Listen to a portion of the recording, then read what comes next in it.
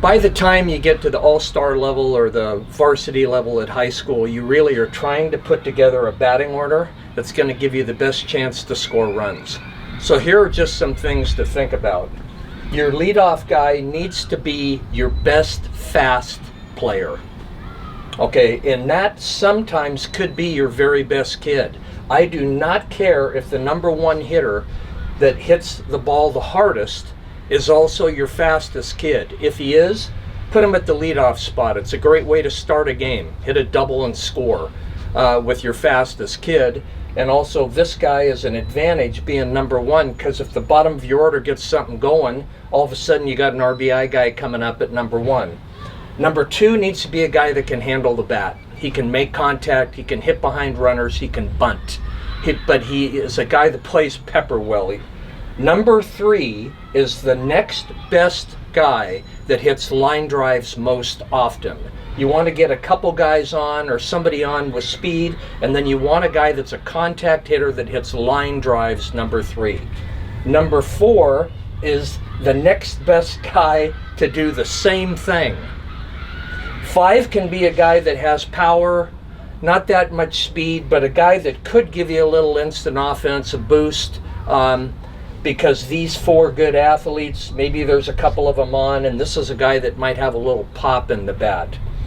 Number six needs to be your next fastest guy. Consider him your second leadoff hitter, but have this guy be a guy that's fast enough to maybe steal you a bag. Number seven is your next best bat handler. He also can bunt. He also can kind of get a hit and run or run and hit game going here in the bottom of the lineup. 8 is the next best guy that can make contact. 9 is the next best guy that can make contact. And ideally, 9 has some speed, so that there's some speed in front of this guy coming up with nobody on, 2 outs, and he gets on. Hopefully he's a runner. The rest of your players need to have jobs. Creative jobs, important jobs, jobs you sell as a coach and say, these jobs help us win.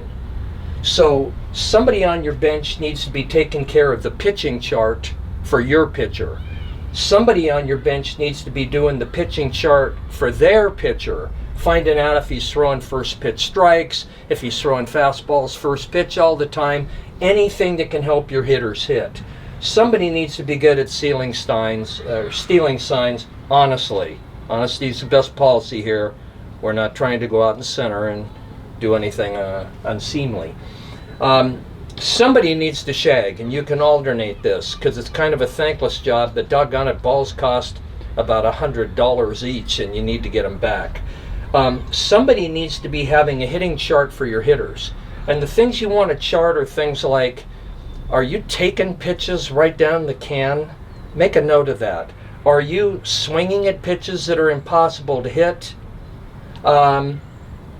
Just the most important things about being a good hitter, you want to chart your own guys so that they can look at that chart and get coached up as the game goes on. You need a bullpen catcher, and this guy needs to be ready also when your catcher's on second base and the pitcher's going out there, your bullpen catcher is busting it so you don't have to wait around for somebody to warm up the pitcher.